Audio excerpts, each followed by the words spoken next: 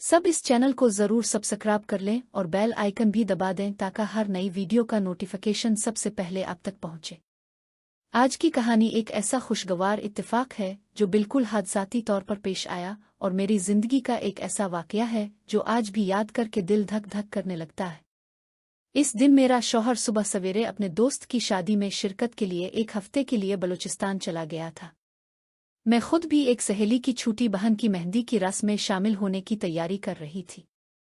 खूबसूरत बिन संवर रही थी और घर में हलचल थी। मेरा 15 साला छोटा भाई जो गांव से शहर एक मदरसे में पढ़ने आया हुआ था वो भी अचानक घर आ पहुंचा। वो हफ्ते में एक बार आ जाता था, कुछ घंटे गुजार कर वापस चला जाता था। इस वक्त वो मेरे बच्चों के पास बैठा उनके साथ खेल रहा था। मेरे बच्चों की उम्र इस वक्त 3 साल और छोटे की 15 माह थी। मैंने छोटे भाई के लिए किचन में कुछ बनाने शुरू किया। ऊपरी शेल्फ पर रखा डब्बा अचानक लड़खड़ाया और सीधा मेरे दाएं घुटने पर जोर से लगा। दर्द से मेरी चीख निकल गई। इतनी बुलंद चीख सुनकर मेरा भाई और साथ वाली हमसाई दोनों दौड़ते हुए आए। मुझे रोते देखकर पूछा कि क्या हुआ, तो मैंने बताया कि डब्बा घुटने पर लगा है, लगता है हड्डी टूट गई है। फंक्शन में जाने की तैयारी तो वहीं की वहीं रह गई।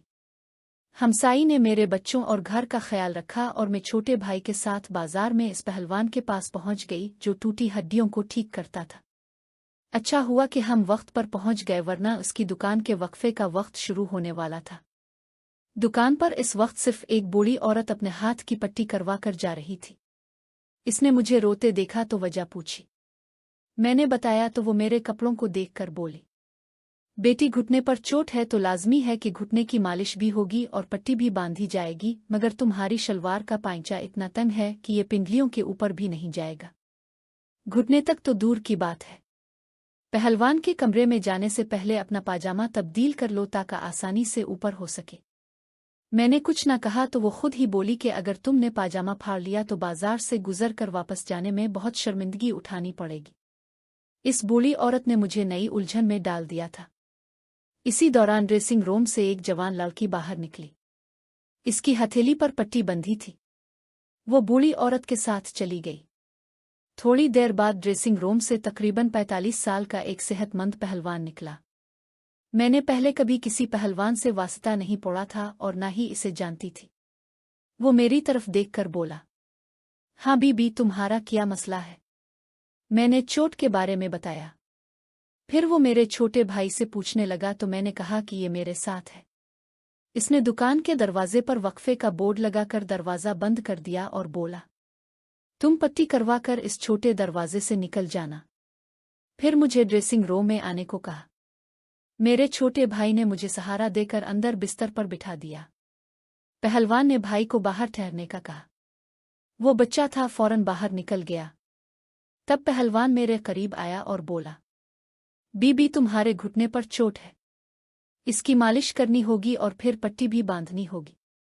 मैंने शर्माते हुए कहा, मैं अपना घुटना कैसे नंगा करूंगी?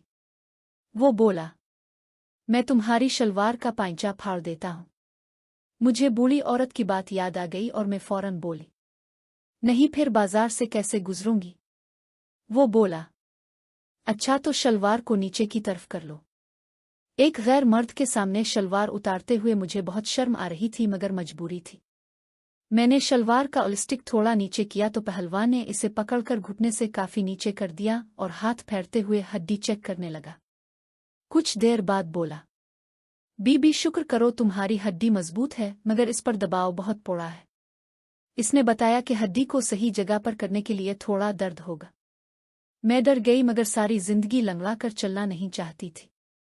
इसलिए मैंने कहा, जो बेहतर समझो वही करो।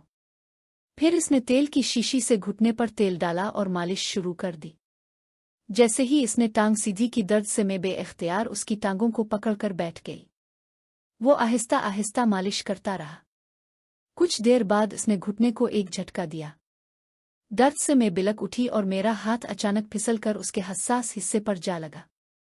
पहलवान की चीख निकली और मुझे होश आया।